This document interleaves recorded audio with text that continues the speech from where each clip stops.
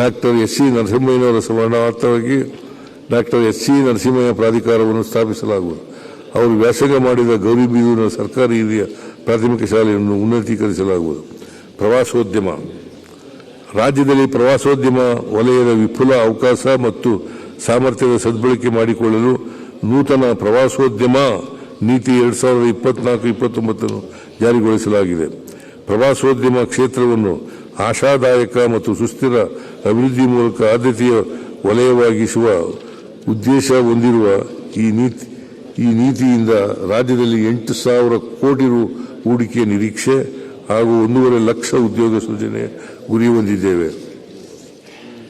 ರಾಜ್ಯದ ಪ್ರಮುಖ ಧಾರ್ಮಿಕ ಸ್ಥಳವಾದ ಸವದತ್ತಿಯ ಶ್ರೀ ರೇಣುಕಾ ಯಲ್ಲಮ್ಮ ಕ್ಷೇತ್ರ ಹಾಗೂ ಬೆಂಗಳೂರಿನಲ್ಲಿರುವ ದೇವಿಕರಾಡಿ ರೋರಿಚ್ ಎಸ್ಟೇಟ್ ವಿಶೇಷ ಬಂಡವಾಳ ಯೋಜನೆಯಡಿಯಲ್ಲಿ ಒಟ್ಟಾರೆ 199 ಕೋಟಿ ರು ವೆಚ್ಚದಲ್ಲಿ ಅಭಿವೃದ್ಧಿಪಡಿಸಲಾಗುವುದು.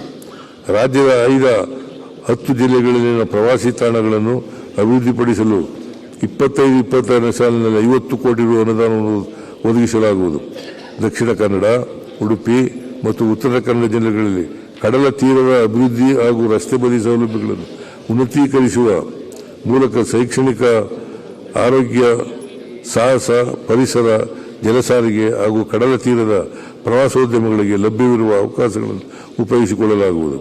ಯುನೆಸ್ಕೋ ಪಾರಂಪರಿಕ ಪ್ರವಾಸಿ ತಾಣಗಳ ಪಟ್ಟಿಗೆ ಸೇರ್ಪಡೆಗೊಂಡಿರುವ ಬೇಲೂರು, ಹಳೇಬೀಡು, ಸೋಮನಾಥಪುರ ಪ್ರವಾಸಿ ತಾಣಗಳಲ್ಲಿ ಮೂಲ ಸೌಲಭ್ಯಗಳನ್ನು ಅಭಿವೃದ್ಧಿಪಡಿಸಲಾಗುವುದು.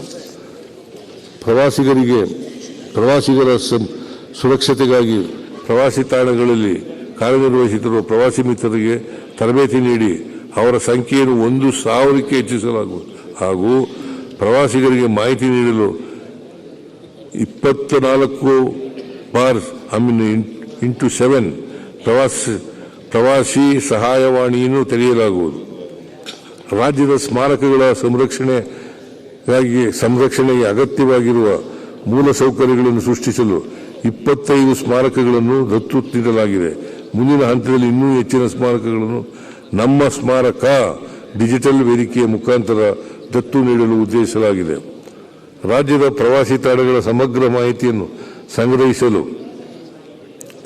ಒನ್ ಟ್ಯಾಗ್ ಡಿಜಿಟಲ್ ಗ್ರಿಡ್ ಅನ್ನು ಉಪಯೋಗಿಸಲಾಗುವುದು.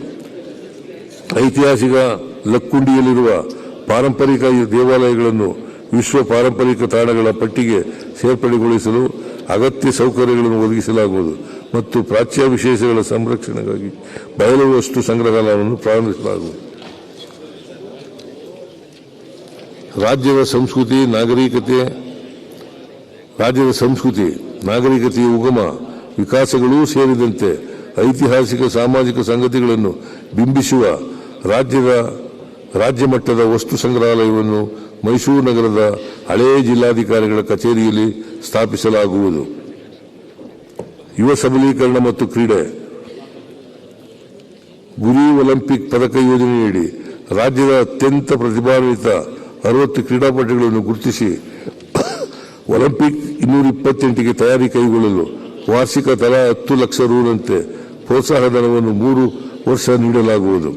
ಈ ವರ್ಷಕ್ಕೆ 6 ಕೋಟಿ ರು ಒದಗಿಸಲಾಗುವುದು.